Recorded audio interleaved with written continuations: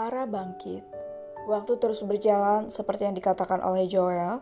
Ara menjalani perawatan intensif di rumah sakit. Serangkaian terapi dan pengobatan mereka lakukan untuk membangkitkan kembali Ara yang telah lama hilang. Membangun kembali kepercayaan diri Ara adalah inti dari pengobatan ini. Dukungan besar yang diberikan oleh Joel, Diandra, David, dan Othniel, serta si kecil Edward membuat Ara mampu bangkit dari traumanya.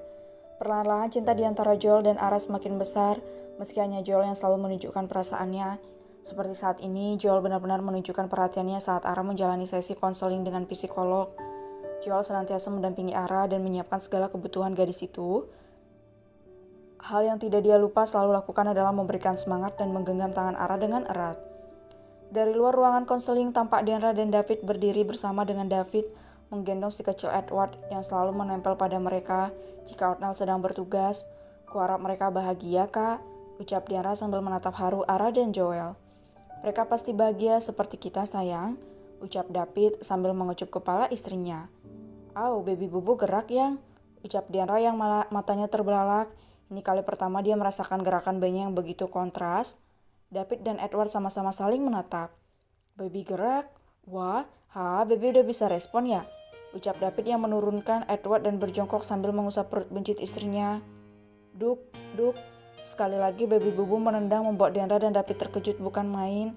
Mereka benar-benar senang merasakan pergerakan bayi mereka. Baby bubu gerak? Gimana lihatnya, Uncle? Celutuk Edward yang masih belum mengerti. Kita duduk biar Uncle tunjukkan, ucap David. Sini sayang, duduk dulu, ucap David dengan senyuman bahagia di wajahnya. Diandra duduk di kursi lorong rumah sakit itu. Baby bubu bisa gerak, kok Edward belum lihat, ucapnya lagi. Caranya begini sayang, ucap Diandra sambil menuntun tangan kecil Edward ke perutnya. Letakkan di sini dan panggil baby bubu, ucap David yang berjongkok di belakang Edward. Jika dilihat mereka persis seperti pasangan ibu dan ayah dengan anak pertama mereka sedang menantikan kehadiran baby bubu. Ayo panggil baby bubu, ucap Diandra sambil menatap Edward. Hai baby bubu, ini abang Edward, kapan kamu keluar, abang mau main, celutuk bocah itu. Mendengar ucapan Edward membuat Diandra dan David tergelak. Sepertinya Edward mulai bosan bermain dengan orang dewasa. Duk. Aus, yang baby bubu responnya kuat sekali sama Edward. Wah, kalian akan jadi teman yang baik, ucap Diandra yang merasakan pergerakan bayinya seperti sangat bersemangat. Kamu benar sayang, sepertinya baby bubu bertemu jodohnya. Celutuk David sambil tertawa terbahak-bahak. Memangnya udah tahu baby bubu perempuan atau laki-laki? Tanya Diandra. Aku yakin dia itu perempuan, papa kan tahu, kan papa yang cetak. David. Duk. Lagi-lagi janin Diandra merespon. Mereka berdua menatap Edward kecil yang tampak bengong dengan wajah takjub sambil menatap perut Diandra. Dia merasakan pergerakan baby bubu membuatnya terkesima. Yang, bisik Diandra sambil melirik Edward. Edward sampai bengong begitu? David terkikik geli melihat wajah takjub Edward. Hey boy, ada apa? Tanya David sambil menepuk bahu Edward yang berdiri di depannya. Auntie, Uncle. Edward menatap mereka berdua dengan mata berkaca-kaca. Baby bubu dikeluarin dong, kasihan dia pasti sesak. Wah, kenapa baby bubu di perut Auntie? Auntie kok makan baby bubu? Wah, kasihan baby bubu. Tiba-tiba bocah kecil itu menangis sambil menatap mereka berdua. What? Diandra dan David tertawa terbahak-bahak mendengar ucapan si kecil Edward yang selalu saja membuat gemas. Ada saja ucapan-ucapan aneh keluar dari bibir kecil dan menggemaskan itu. Sayang, kan Auntie udah pernah bilang kalau baby bubu tinggalnya di perut Auntie selama 9 bulan. Nah, sekarang masih bulan ke-6, jadi baby bubu masih harus tinggal di perut Auntie selama 3 bulan lagi. Jelas Diandra yang masih menahan tawanya. Benar sayang, astaga kamu lupa ya, ucap David seraya menepuk pucuk kepala Edward. Maaf Auntie, Uncle Edward lupa ya jadi cengeng abang Edwardnya. Celutuk bocah kecil itu sambil menggaruk-garuk lehernya. Ada-ada saja kamu, ucap Diandra dan David yang masih tertawa. Baby Bubu cepat becalnya, Abang Edward mau main sama Baby Bubu. Edward menatap Diandra dan David. Ada apa nak? Tanya David. Uncle, auntie, Baby Bubu perempuan, apa laki-laki sih? Tanya Edward. Kalau menurut Uncle perempuan karena dia langsung tahu kalau ada Abang Edward tampan yang menunggu di sini, ucap David sambil tertawa. Duk, duk, dia gerak lagi. Hah? Wah, Baby Bubu tanggap ya kalau ngomongin cowok. Hah? Tapi kalau laki-laki dia jadi adik Edward dong. Kalau perempuan juga jadi Edward sih. He, celetuk Edward.